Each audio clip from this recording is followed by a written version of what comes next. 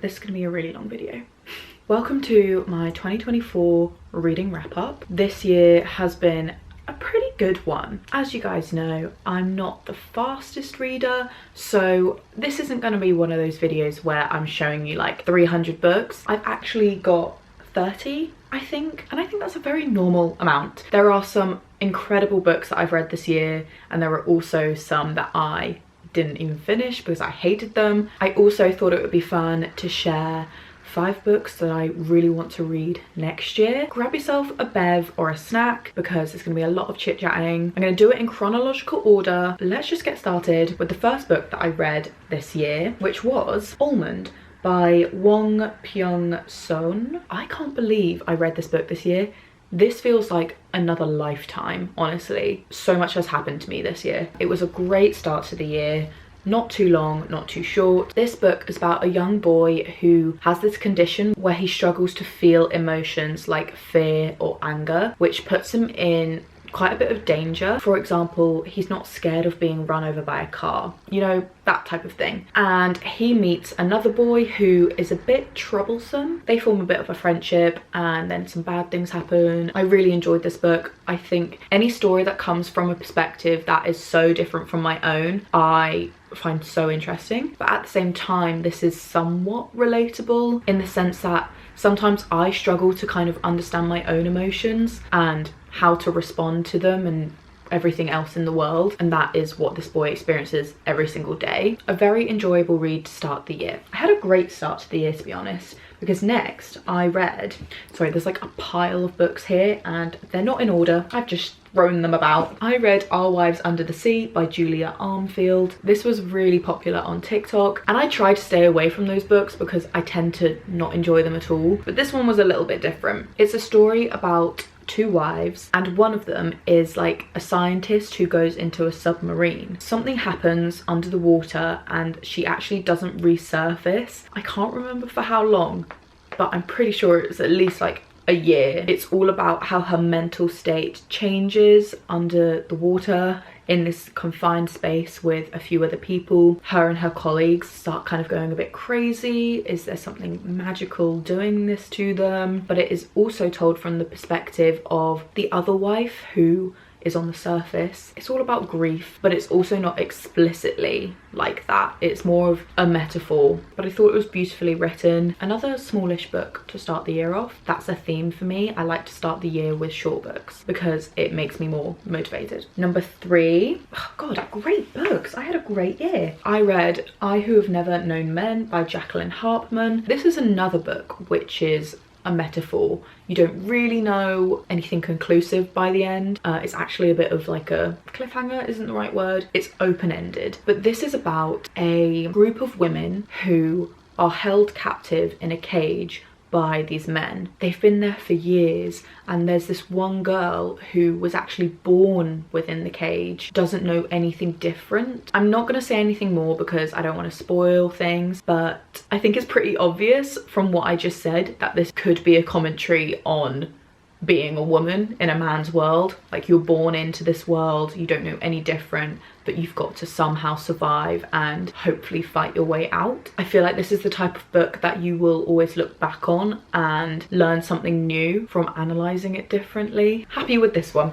January was great. Okay, this one's a bit tricky because this book fell apart on me. I read Cursed Bunny. Let me try and show you what happened to it. So they're like outer cover disconnected from all of the pages, and it was so difficult to read because every time I turned the page it would just fall out. But besides that, beautiful book, and also a very interesting one. It is a collection of short stories. I love East Asian writers because I feel like their imagination is so different to Western. They always seem to have way cooler stories, and each one kind of has a little lesson to it, a bit of a fable, a bit of a moral. It is quite gruesome sci-fi horror, but not like super scary. It's just like weird. I can't remember how many short stories there are, but I do remember one of them was about a robot. It kind of got its own consciousness. And there was also one about a fox. If you like captured the fox, it like turned things to gold, but then again, people started dying. And if you're looking for something different and new compared to what you've read to in the past, this is a great one to pick up. The last book that I read in January was Sharp Objects by Gillian Flynn. Is it Gillian or is it Gillian? I want to say Gillian. This is the same author who wrote Gone Girl. That is a book that I really enjoyed, also a really good movie. And this is also a TV show which I watched after I read it, and that was also incredible. But this is about a journalist who goes back to her hometown to investigate a murder of like a young girl. Her mum is really difficult, her little sister is a bit of a menace. It's just an incredible psychological mystery. Trigger warning though, it does involve self-harm, so just check those out before you read. But beside it being quite a harrowing story, I thought it was really well written and I was very satisfied with the ending. And that was my January. It kind of got slower from there because I started uni again. The next book I read was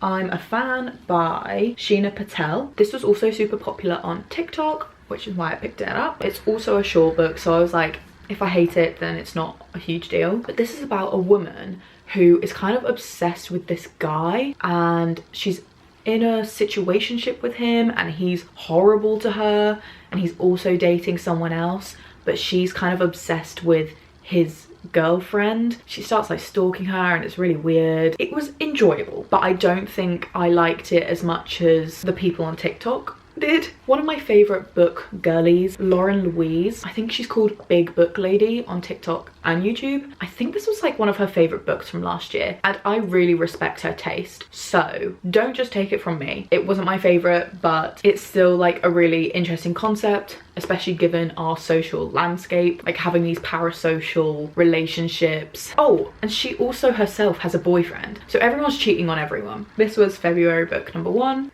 Okay, the next book was maybe one of my favorite books from the year. I say maybe, it was, and I don't have it anymore. I don't know where it's gone. I assume I've lent it to someone and I can't remember who it is, and they haven't given it back to me, which is really sad because I love the book. It's called Notes on an Execution by Dania Kukafka. I'll probably end up getting myself another one because I liked it so much. It's about a serial killer who is being taken to the chair, but we don't just learn about his life and why he is the way he is. We also learn about his victims, which I think is really important. And you hear the story of those 3 women, I think from people who are kind of close to them, and then each of them kind of slowly connect, little breadcrumbs all join up. Definitely one that I recommend. The next book that I do have is The Discomfort of Evening by Lucas Reinveld.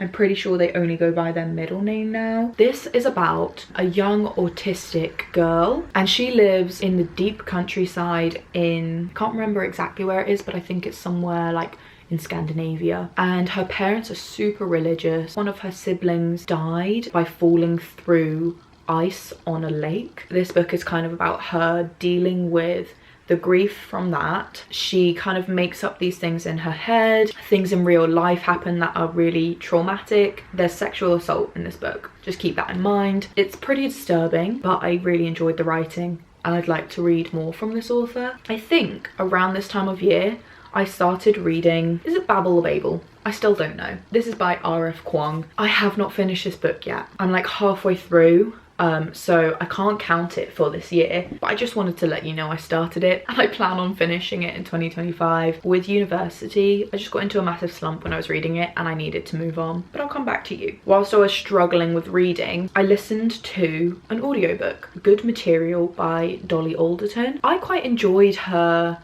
Everything I Know About Love book. Honestly, I can't remember that book very well.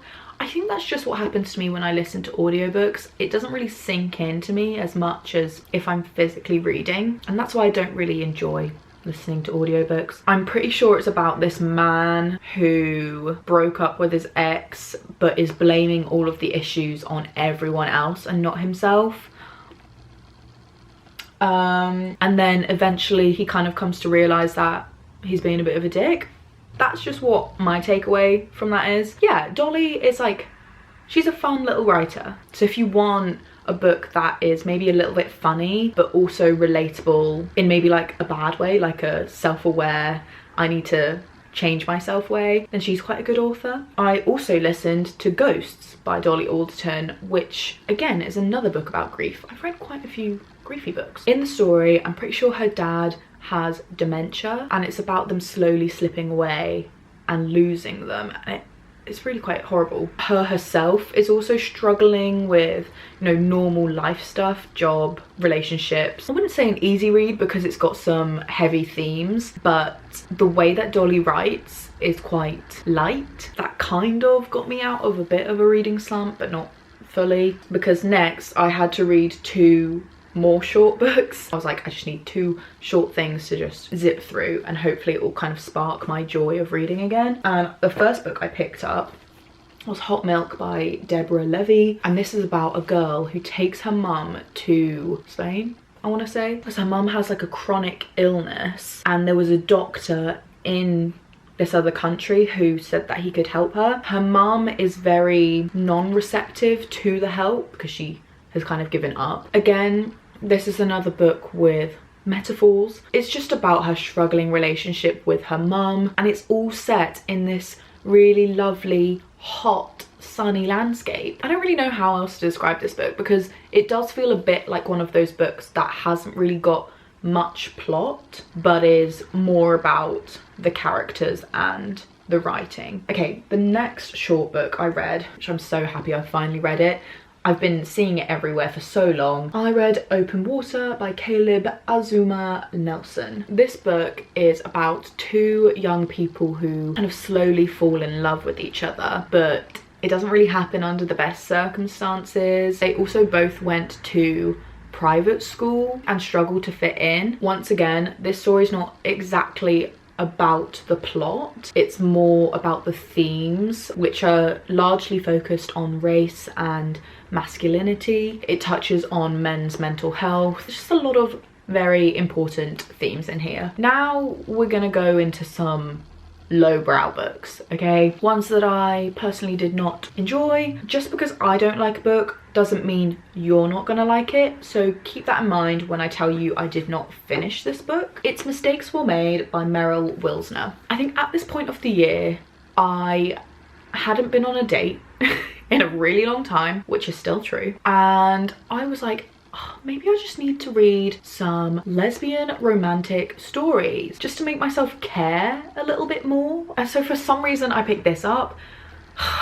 This is not romantic at all. This is about a predator. Let's just be honest, it's about a predator. So this girl who's in college sleeps with her friend's mum, like the next day finds out that she is her friend's mum, so they like don't know each other to begin with. But yeah, it's just one of those stories which is kind of written just so that there are sex scenes, no other substance really. It's also so problematic to me. I hate age gaps. In my mind, it always just feels like the older person is manipulating the younger person. Weird power imbalance with age gaps. I haven't really been into romance books for a really long time, but every now and again I will try and like pick something up to be like, do I care about relationships? This one did not make me feel that way. The next book I actually don't have anymore because I gave it away. It was another book that I did not finish. It was Ninth House by Leigh Bardugo. Leigh Bardugo wrote Six of Crows, which I love, and she also wrote Shadow of Bone, and I did not like that trilogy. Leigh is just a bit of a hit or miss type of author for me, and unfortunately Ninth House was a miss. It felt like she was trying too hard to write dark academia because it was kind of like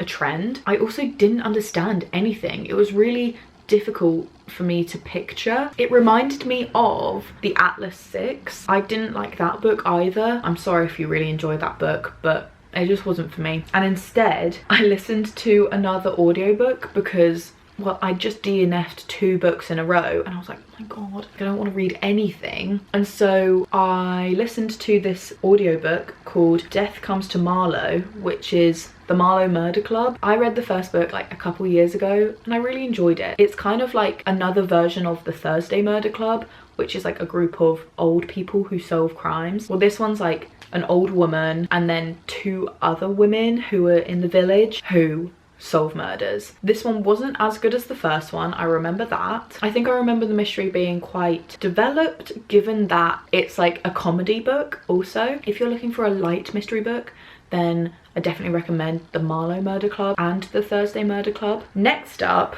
oh god, another kind of disappointing book. Like, it was a great book, but compared to the first book, I didn't enjoy this. I read Warrior Girl Unearthed by Angeline Boulley. This is about a Native American girl who is trying to get her ancestors' belongings back from all of these American museums who stole all of the things in the beginning. And this is like a real life issue, and because of certain laws, they can't get things back. I remember it started so slowly and it only picked up around, I think it was halfway, maybe 2/3 in. And then the last 100 pages was where all the action happened. And I was just like, the pacing is really bad. Compared to the first book where I was gripped throughout, I'm pretty sure I rated it 5 stars. This one just really let me down. And I think if I hadn't read the first book, then I would have rated this higher, but compared to the first one, my expectations were higher. Right, I think we're at least halfway through. So the next book that I read, The Housemaid by Frida McFadden. This is such a popular series and it was in the supermarket for like £5, so of course I picked it up. I thought it was an okay book. It's about a woman who becomes a housemaid in this super rich family's house, and she's asked to look after the daughter as well. The mum is also kind of crazy and gaslights the housemaid and makes her feel like she's going crazy. The housemaid has a room in the attic in the top of the house. Weirdly, like, the door locks from the outside but you can't open it from the inside. There's a massive twist in the middle, which I did guess was gonna happen, but it was still good. I don't see how they've made more books from this. I think it would have been fine if they just left it alone as one book. The next book that I read, I don't have with me because I've lent it to a friend. It's called Big Swiss by Jen Egan. Fantastic book, which is why I lent it. This therapist records all of his sessions, but then to keep records of everything, he gets this woman to type it all up. While she's typing up all of these sessions, she starts to fall in love with one of his clients. She also happens to meet this woman in the dog park. So she starts this relationship with her in real life whilst knowing all of these incredibly intimate and private things about this woman. She's a very manipulative person. It's a very morally wrong situation, but it's a great book. The next book that I read was Yellowface by R.F. Kuang, and this is about a white author who steals the manuscript of her Asian author friend who just died. So her friend dies and she steals her book basically, and it's all about whether it's okay for this white author to be writing stories about Asian people because it's not really her history to tell. I don't want to say too much because I could ruin it. I really enjoyed this book. The ending was a little bit weird, like it didn't really fit with the rest of the book. Overall, I thought it was really interesting. If you're looking for a social commentary book, this one's a good one to pick up. The next book that I read, The Mystery Guest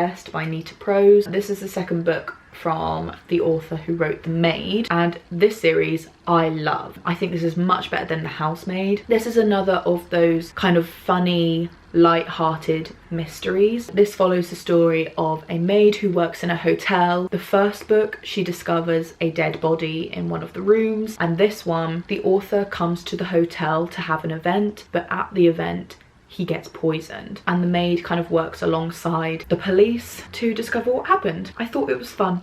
It was really fun, and I hope there's more. The next book that I read was very sad, and it's one that I started last year but never finished. It's A Man Called Ove by Frederick Backman. This is about an old man who lost his wife and he's very, very depressed and he's trying to kill himself. But each time he's about to do it, something kind of silly stops him. So it sounds like a really, really heavy book, and it is, but it's written in a way which is quite funny and light. It's also about found family. You know, he starts off super, super grumpy. Along the way, he kind of makes friends with his neighbors and starts to feel happy again. It's a very charming book. I did cry at the end, so you might too. The next book that I picked up I DNF'd again, which is a shame because I've been really wanting to get into this series. I read Summer by Ali Smith. I kind of did shoot myself in the foot because this is actually the last book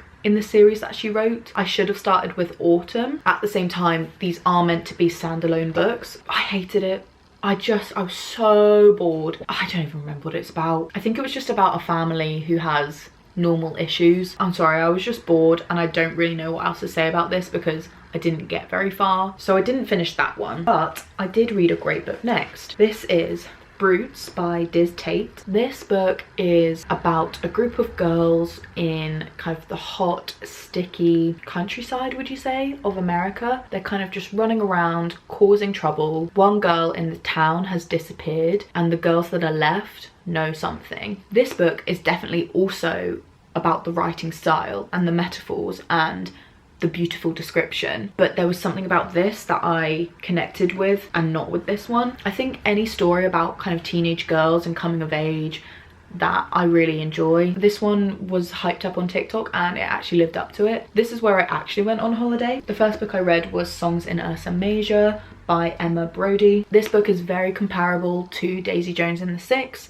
because it's about a female singer-songwriter who is kind of coming up in the 70s. There's sex, drugs, rock and roll, complicated relationships, music industry, politics. I don't think it's as good as Daisy Jones and the Six, but if you're looking for something to kind of give you the same feeling, then this is a really good one. Now, next up was me again trying to spark some interest in romance. And the way I tried to do that was by combining my love for sports and women. So the first book I tried to read was She Drives Me Crazy by Kelly Quinlan. This is a book about a basketball star falling in love with the cheerleader. I'm really into basketball right now, so I kind of thought I would love this, but I think it was just too young for me. These two girls who get into a car accident, and then whilst one of the girls sends her car away to get fixed, they have to share rides to school, and that's when they kind of spark this relationship. And it's like a fake romance to real romance. Is that what the trope is called? Fake dating, that's what it is. So they start dating each other to try and help each other's social careers. If you want a really easy book to read, this one's that. I wasn't super excited by it. And then the second book, I actually don't know if I finished this book, and that's Cleat Cute by Meryl Wilsner. I wanted to read this because it's being turned into a TV show by Megan Rapinoe and Sue Bird, and Megan Rapinoe is like an incredibly famous American soccer player and Sue Bird is an incredibly famous basketball player, and I love them both. And so I thought I'd really enjoy this book. I think I'll enjoy the show, but I really didn't enjoy this. It's about this girl who gets drafted to a soccer team, and one of her soccer heroes is on the team, and she's a real grumpy person. So it's a grumpy and sunshine book. I mean, they start sleeping together and then it kind of eventually gets into a relationship. The sex scenes were great, to be honest, but other than that, there wasn't really much substance to the book. Yeah, like I just didn't really care about either of the characters enough to finish the book. I will definitely watch the show though. We're so close to the end, guys. The next book that I read took me quite a while to finish because it's very heavy. It's called On the Savage Side by Tiffany McDaniel. This was incredible. It's about two sisters who grow up in a really poor rural part of America, and both of their parents are drug addicts, and basically they don't really have anything going for them in their lives apart from their grandma, who unfortunately dies, and then they get sent back to their mum's house. There's no one to help them. Even the police who are meant to protect them end up being part of the abuse that they suffer. So alongside their stories, there's also girls going missing and turning up dead in the river. Really amazing book, and I'm actually quite glad that it took me a while to read because it really let me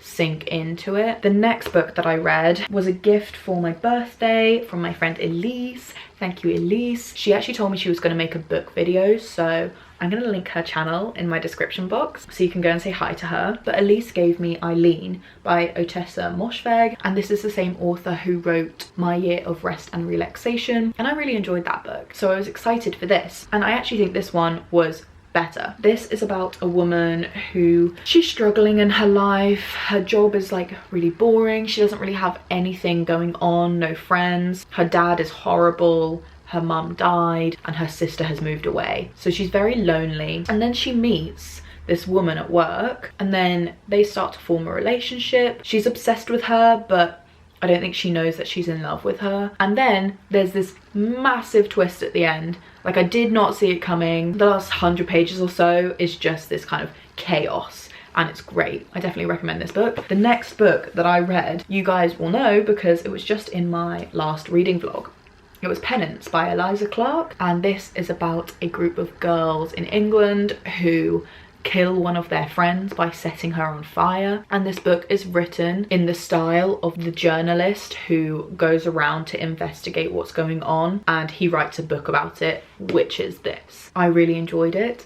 I thought it was a really great commentary on the true crime landscape and how people use it for entertainment, even though it's real people's lives. This really thin line to walk on between whether it's okay or whether you're just perpetuating someone's pain from the death of their family member. I definitely recommend this. The next book that I started but I haven't finished, it's Mr. Mercedes by Stephen King. This is about a retired cop who investigated this murder but never solved it, and then like a year later the person who committed the crime sends him a letter, and this kind of sparks the cop trying to figure out who this person is. The plot of the story I think is good. It's nothing that I haven't heard before. This is my first Stephen King book, so my expectations were very high and it hasn't really been met yet. I also do not like the way that Stephen King writes about women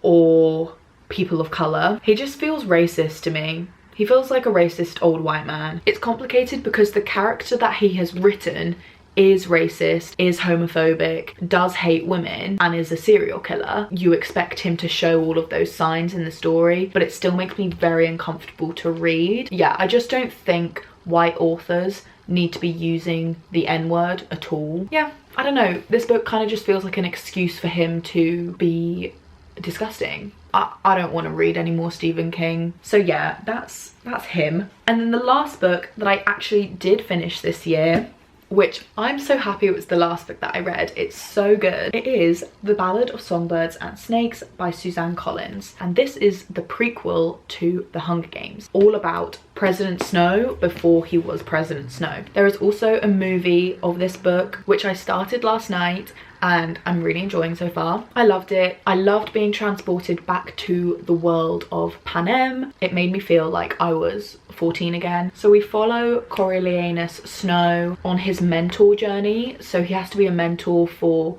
a girl from District 12, and then their kind of relationship develops and he's trying to make her win the games so that he can win this prize, but then he also kind of falls in love with her. Very excited to finish the rest of the movie. And also, one of you told me that there's going to be another book announced next year about Haymitch, which I'm so excited for because he's one of my favorite characters and I'm really intrigued to know how his Hunger Games went. And then I think they're also going to turn that into a movie. So yay, more Hunger Games. I'm very, very, very, very happy with the last book that I read this year. Quickly before I finish, I'll show you the 5 books that I definitely want to read at some point next year. The first one is called Sunburn by Chloe Mitchell Howarth. Lesbian coming of age story in summer. I think that'll be great. The next one is The Memory Police by Yoko Ogawa, and it's something about kind of policing memories. Interesting. Next one, of course, Intermezzo by Sally Rooney. I'm probably the only person who hasn't read this yet, but I love Sally Rooney. The next book is Boy Parts by Eliza Clark. This is the same author who wrote Penance. I love Eliza's writing, so I really want to read this. Looking forward to that. And then the last book that I want to read this year is probably the one that I'm most excited about, and this is the new Murakami book. It's called The City and Its Uncertain Walls. I think this is such a beautiful book. I love the colours. I really enjoy Murakami's writing. I think he's a very problematic man, but I do like his stories. I think he's got a great imagination. I think I have a really good TBR here to start me off in 2025. Please let me know your favourite book from this year, and maybe also your least favourite book, and then tell me one book that you want to read in 2025. Thank you so much for watching. I hope you enjoyed, and I'll see you in my next video. Bye.